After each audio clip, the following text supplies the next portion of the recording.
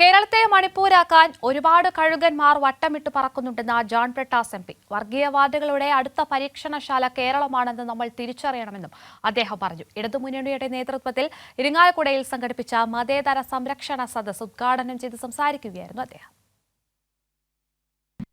കേരളത്തെ മണിപ്പൂരാക്കാൻ ഒരുപാട് കഴുകന്മാർ നമ്മുടെ അന്തരീക്ഷത്തിൽ വട്ടമിട്ട് പറക്കുന്നുണ്ട്.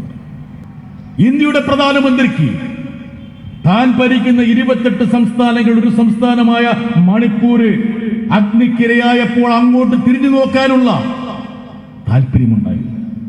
ഒരു സംസ്ഥാനം ഒന്നടങ്കം കത്തിക്കൊണ്ടിരിക്കുമ്പോൾ അങ്ങോട്ട് പോകാനുള്ള മാനസികാവസ്ഥയില്ലാത്തൊരു ഭരണാധികാരിയുടെ കയ്യിൽ ഇന്ത്യ സുരക്ഷിതമാണോ എന്നുള്ള കാര്യം നിങ്ങൾ ഓരോരുത്തരും ചോദിച്ചുകൊണ്ടേയിരിക്കണം. കേരളത്തിലെ പ്രബുദ്ധരായിട്ടുള്ള ഒരുപാട് MP-മാർ അവർക്കറിയാം ഇന്ത്യ തെറ്റായ വഴിയിലേക്കാണ് പോകുന്നത്. ഏതെങ്കിലും ഒരു UDF-ന്റെ MP അവിടെ എഴുന്നേറ്റ് നിന്ന് നരേന്ദ്രമോദിയോടോ അമിത്ഷയോടോ കേരളത്തിന്റെ ആവശ്യങ്ങളെ കുറിച്ച് എന്തെങ്കിലും ചോദിച്ചതായി നിങ്ങൾ എപ്പോഴെങ്കിലും പത്രത്തിൽ വായിച്ചിട്ടുണ്ടോ?